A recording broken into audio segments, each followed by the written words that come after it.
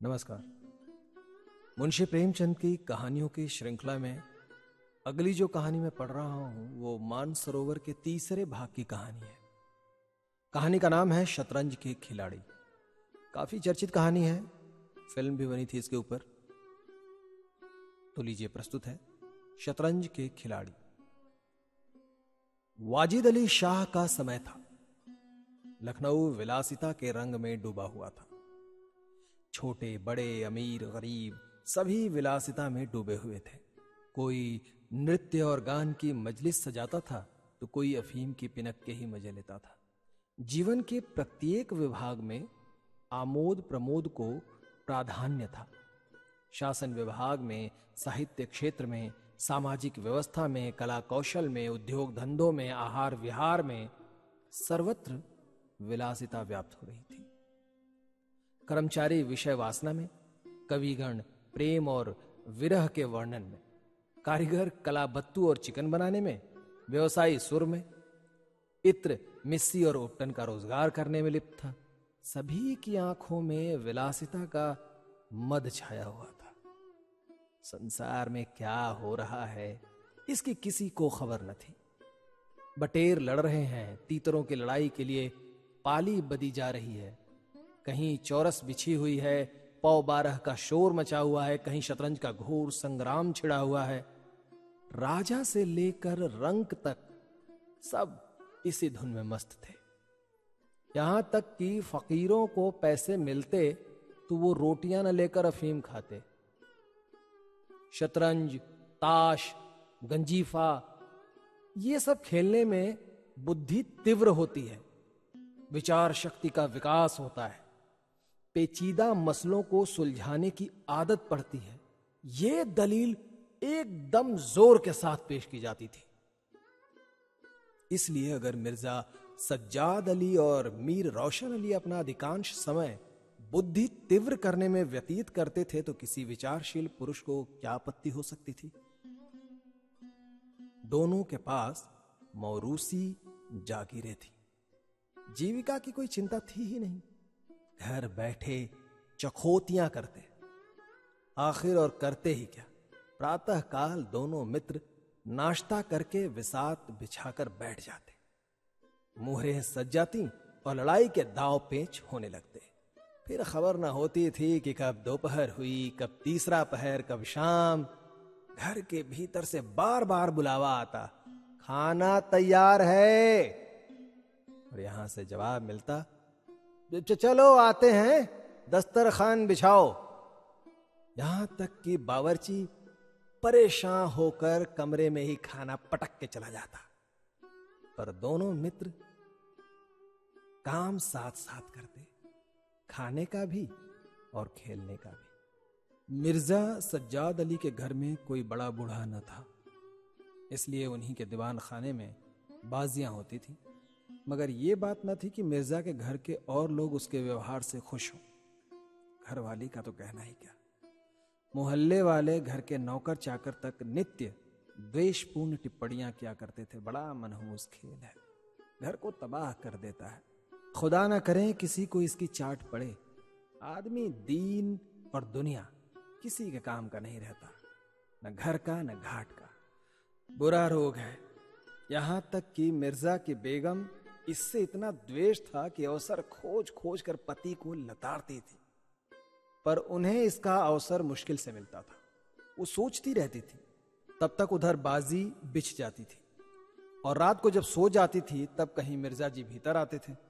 हाँ, नौकरों पर वो अपना गुस्सा उतारती रहती थी। क्या पान मांगे हैं, कह दो आकर ले जाए। खाने की भी फुर्सत नहीं है, ले जाकर सिर पे पटक दो, खाएं चाहे कुत्ते को खिलावें। पर रूबरू वो कुछ न कह सकती थी। उनको अपने पति से उतना मलाल न था जितना मीर साहब से। उन्होंने उसका नाम मीर बिगाड़ू रख छोड़ा था। शायद मिर्जा जी ने अपनी सफाई देने के लिए सारा इल्जाम मीर साहब के सिर पर थोप रखा था। एक दिन बेगम साहिबा के सिर में दर्द होने लगा। उन्होंने लौंडी से कहा, जाकर मिर्जा साहब को बुला लो, किसी हकीम के यहां से दवा लाए। अरे जा, दौड़, जल्दी कर। लौंडी गई तो मिर्जा ने कहा, चल अभी आता हूं। बेगम का मिजाज गर्म था। इतनी ताप कहाँ कि उनके सिर में दर्द हो और पति शतरंज खेलता रहे। चेहरा सुर्ख हो गया। लौंडी से कहा, जाकर कह अभी चलिए, नहीं तो आप ही हकीम के यहां चली जाएंगी। मिर्जा जी बड़ी दिलचस्प बाजी खेल रहे थे। 2 ही किश्तों में मीर साहब की मात हुई जाती थी।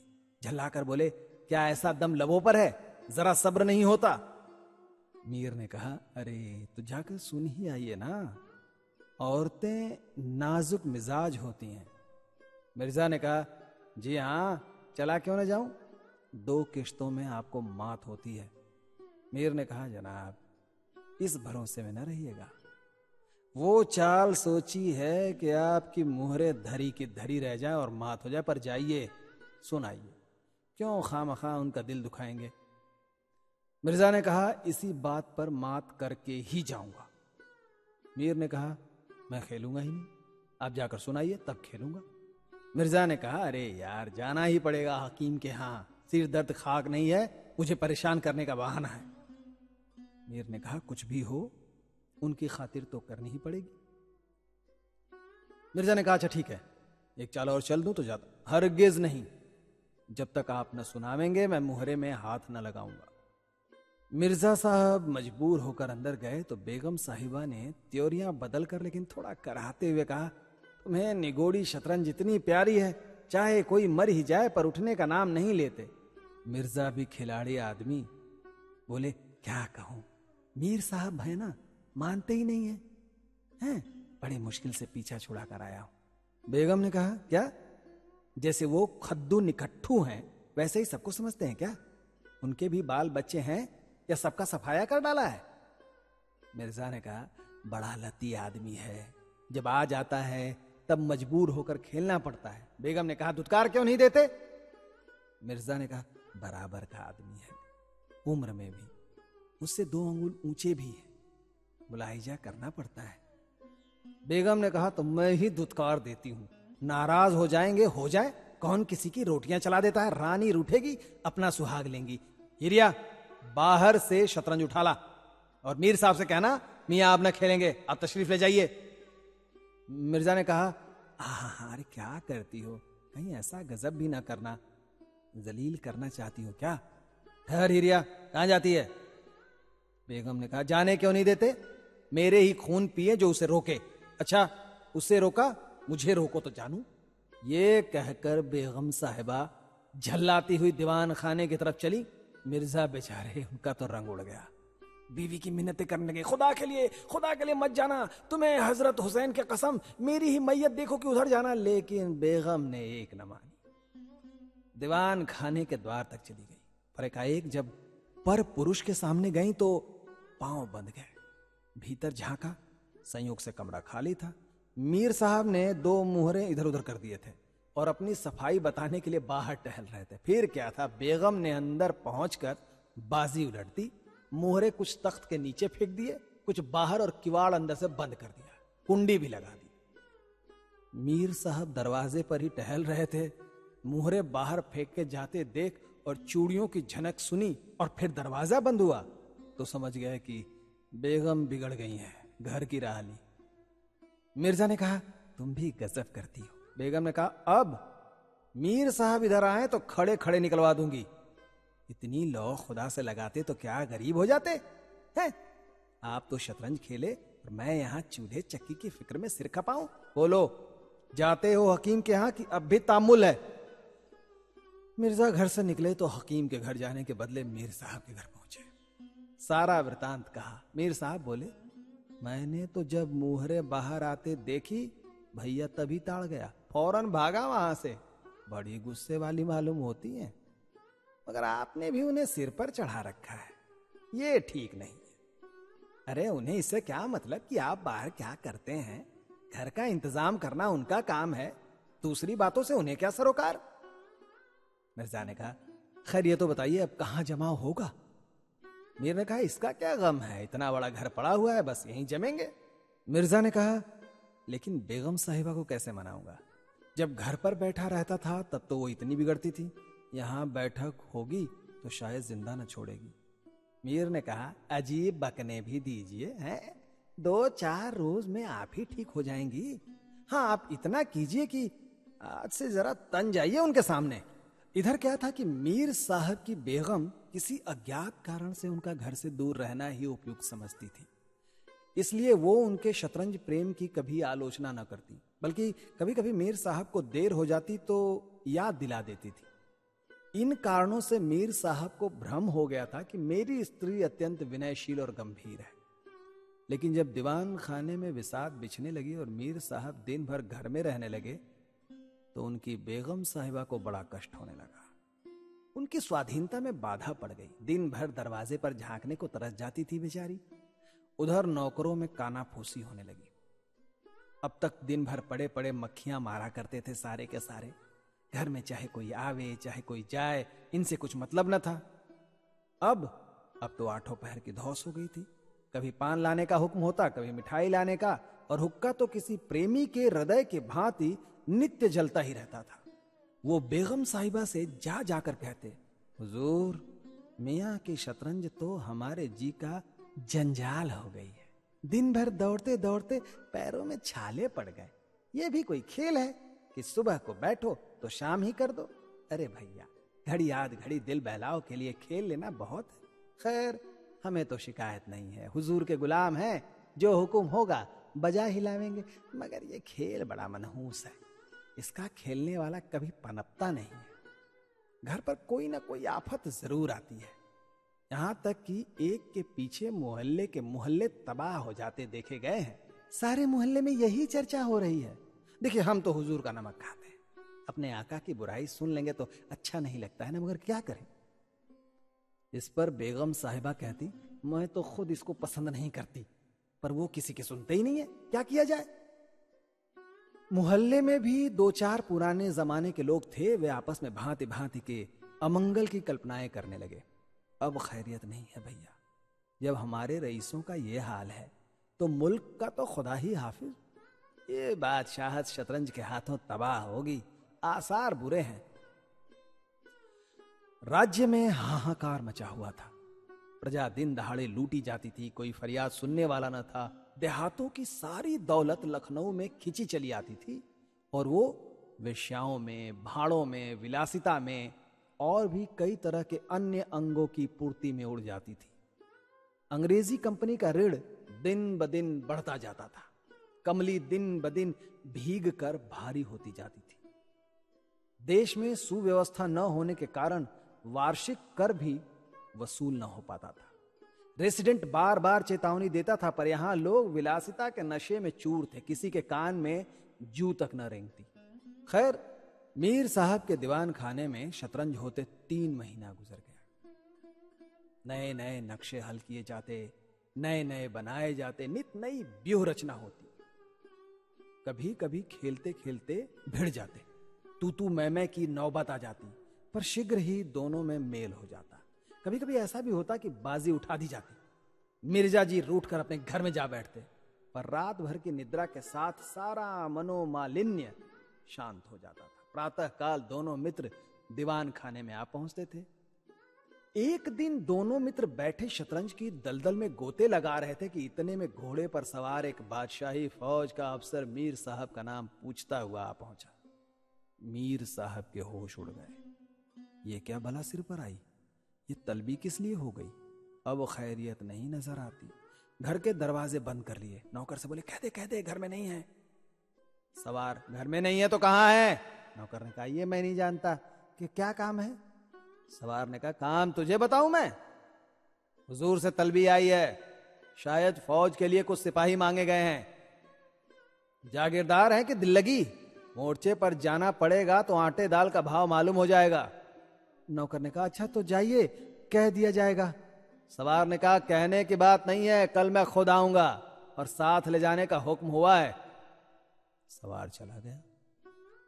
मीर साहब की आत्मा कांप उठी। मिर्जा से बोले, कहिए जनाब, अब क्या होगा? मिर्जा ने कहा, बड़ी मुसीबत है बे, कहीं मेरी भी तलबी ना हो जाए।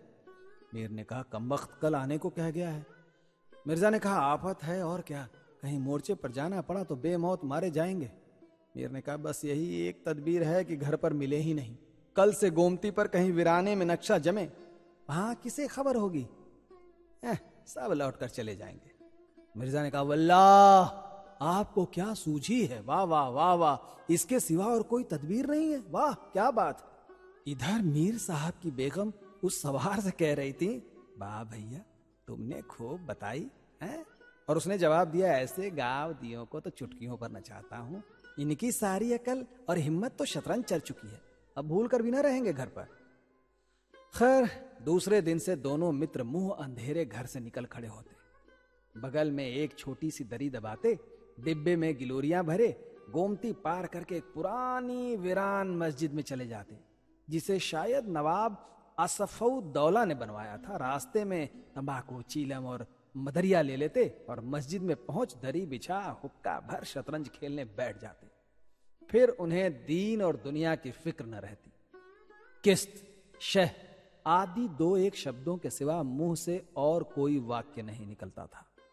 कोई योगी भी समाधि में इतना एकाग्र न होता। दोपहर को जब भूख मालूम होती तो दोनों मित्र किसी नानबाई की दुकान पर जाकर खाना खाते और एक चिलम हुक्का पीकर फिर संग्राम क्षेत्र में डट जाते। कभी कभी तो उन्हें भोजन का भी ख्याल न रहता था। इधर देश की राजनीतिक दशा भयंकर रूप से बदल रही थी। लोग बाल बच्चों को ले लेकर देहातों में भाग रहे थे, पर हमारे दोनों खिलाड़ियों को इसकी जरा भी फिक्र न थी। वे तो घर से आते और गलियों में छुप छुपा कर, डर था कि कहीं किसी बादशाही मुलाजिम की निगाह न पड़ जाए, नहीं तो बेगार में पकड़े जाएं, हजारों रुपए सालाना की जो जागीर है वो मुफ्त में ही हाथ से निकल जाए। एक दिन दोनों मित्र मस्जिद के खंडहर में बैठे हुए शतरंज खेल रहे थे। मिर्जा की बाजी कुछ कमजोर थी। मीर साहब को किश्त पर किश्त दे रहे थे। इतने में कंपनी के सैनिक आते हुए दिखाई दिए। अरे ये गोरों की फौज थी जो लखनऊ पर अधिकार जमाने के लिए आ रही थी। मीर साहब बोले, अंग्रेजी फौज आ रही है, खुदा खैर करे। मिर्जा ने कहा, अरे आने दीजिए, किश्त बचाइए, किश्त ये लीजिए किश्त। मीर ने कहा, अरे महाराज कोई 5,000 आदमी होंगे, कैसे जवान है, लाल बंदरों सा मुंह है, सूरत देखकर खौफ मालूम होता है। जनाब हीले न कीजिए, ये चकमे किसी और को दीजिएगा, ये किश्त। मीर ने कहा, आप भी अजीब आदमी है यार, यहां तो शहर पर आफत आई हुई है और आपको किश्त की सूझी हुई है। कुछ खबर है कि शहर घिर गया है, घर कैसे चलेंगे? मिर्जा ने कहा, जब घर चलने का वक्त आएगा तो देखी जाएगी, ये किश्त बस अब शह और मात। फौज निकल गई, 10 बजे का समय था, फिर बाजी बिछ गई। मिर्जा बोले, आज खाना कैसे खाया जाएगा? मीर ने कहा, जी आज तो रोजा है, क्या आपको भूख लगी है क्या? मिर्जा ने कहा, जी नहीं, शहर में जाने क्या हो रहा है ना बस। मीर ने कहा, शहर में कुछ ना हो रहा होगा, लोग खाना खाकर आराम से सो रहे होंगे। हुजूर नवाब साहब भी ऐशगाह में होंगे।